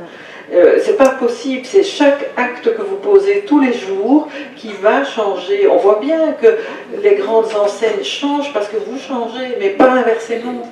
Donc si vous continuez à avoir envie de votre petit yaourt Activia, ils vont continuer à en vendre. C'est pas Activia, c'est plutôt, j'essaie de prendre des yaourts fermiers quand j'en trouve, ou alors des yaourts à base de lait de chèvre ou de brebis, je ne sais pas si c'est mieux ou pas. Tous les jours, ça me semble. Tous les jours, ça me semble beaucoup, mais une fois de temps en temps, c'est pas un problème si vous allez bien. Donc voilà, c'est pas un poison quand même. C'est bon? Dernière question, allez.